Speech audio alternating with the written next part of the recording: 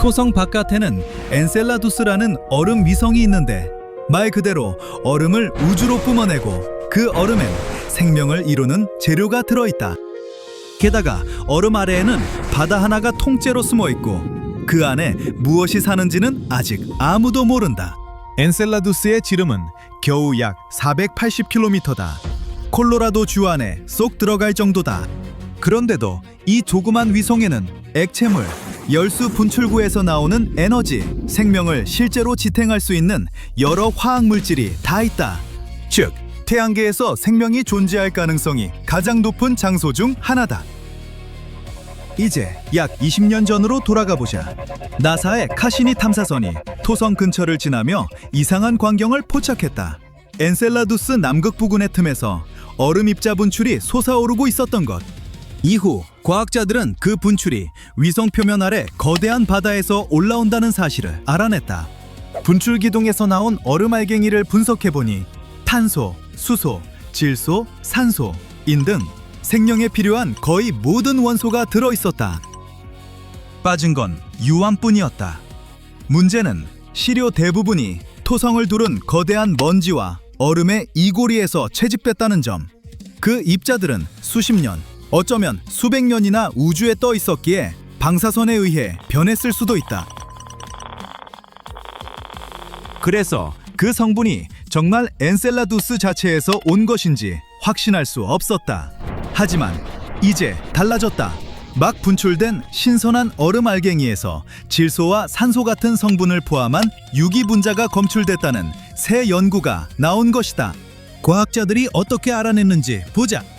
2008년 카시니가 그 얼음 간헐천 한가운데를 통과하며 말 그대로 미세 입자 세례를 받았다.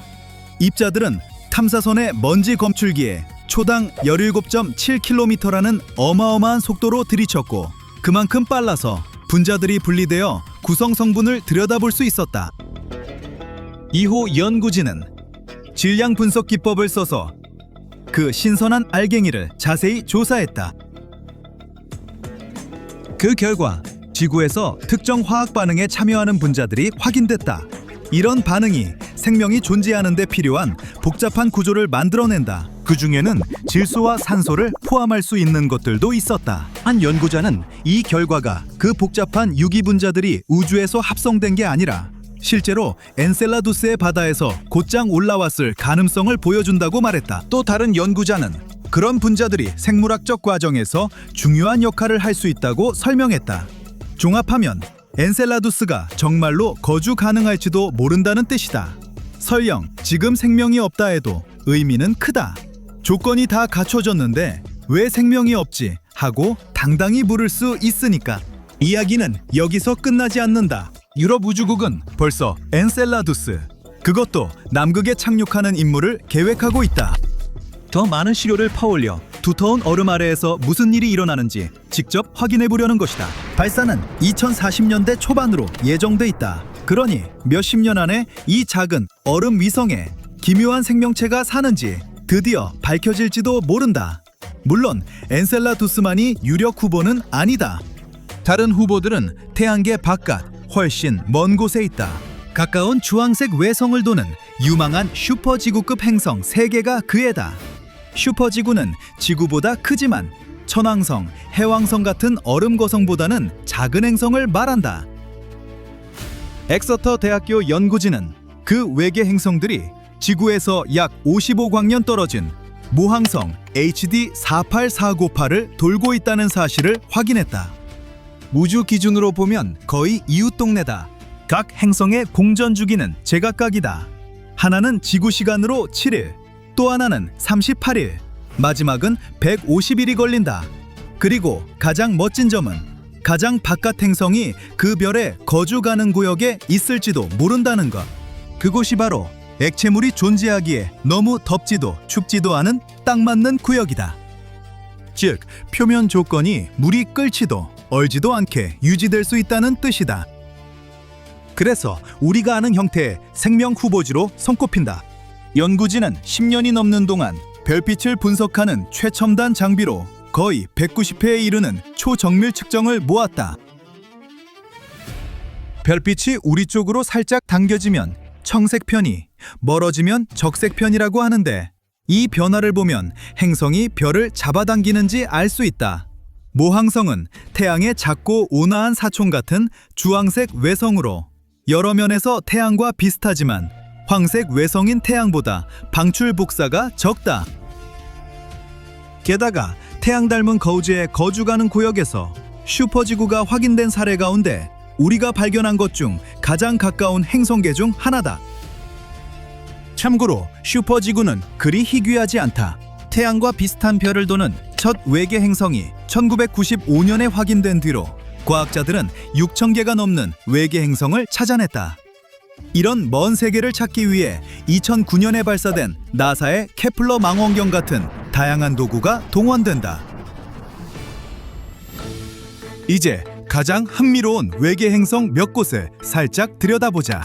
글리제 667cc는 불과 22광년 떨어져 있다. 그래도 우리와의 거리는 약 207.6조 킬로미터에 달한다. 질량은 지구의 약 3.8배이고 적색 외성을 28일 만에 한 바퀴 돈다. 그러니 그곳의 1년은 우리보다 약 13배나 짧다. 도는 별이 더 차가운 적색 외성이라 행성은 아마 거주 가능 구역에 있지만 가끔 터지는 강한 항성 플레어가 골칫거리가 될 수 있다. 케플러 무십이 b는 훨씬 멀리 무려 600광년이 넘는 곳에 있다. 거주 가능 구역에서 발견된 첫 케플러 행성으로 지구보다 약 2.4배 크다.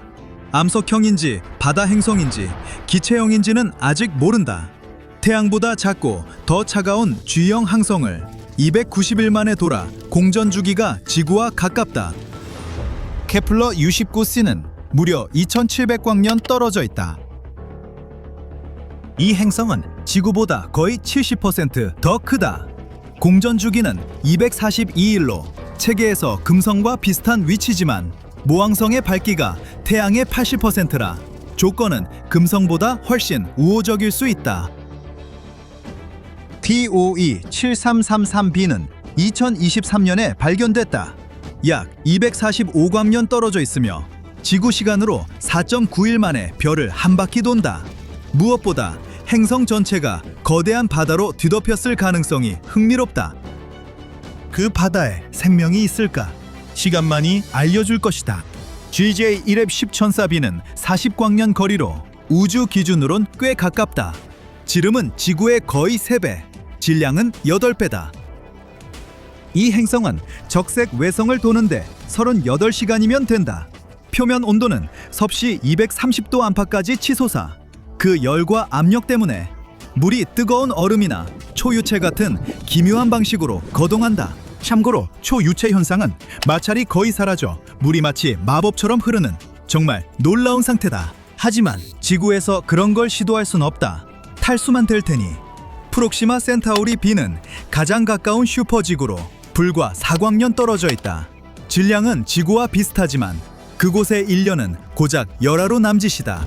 이 행성의 중력 때문에 모함성이 살짝 흔들리는데 바로 그 미세한 흔들림으로 존재가 밝혀졌다. 행성은 거주 가능 구역에 있지만 별과 너무 가까워 극단적인 자외선 폭격을 받는다. 그래서 지금은 대기조차 제대로 관측하지 못한다. 그리고 마지막으로 TOI 75b. 이 행성은 우리 태양보다 작고 더 차가운 적색 외성을 돈다. 이런 작은 별은 행성이 가까이 돌아도 타버리지 않아서 거주 가능 세계를 찾기에 유리하다. TOI 취색 1호b는 한때 해왕성처럼 매우 두꺼운 대기를 가졌을지 모르지만 지금은 그 대기를 잃어가고 있을 수도 있다. 지금이 물과 바위가 주인인 세계인지 확인하려면 더 많은 연구가 필요하다. 아무튼 어떤 행성은 바다를 품고 어떤 행성은 너무 뜨겁고 어떤 행성은 어쩌면 우리와 먼 우주 친척일지도 모른다. 어찌됐든 이런 발견 하나하나가 우주를 조금 더 이해하게 해준다. 언젠가는 그 슈퍼지구들 가운데 한 곳에 우리가 발을 디딜지도 모른다.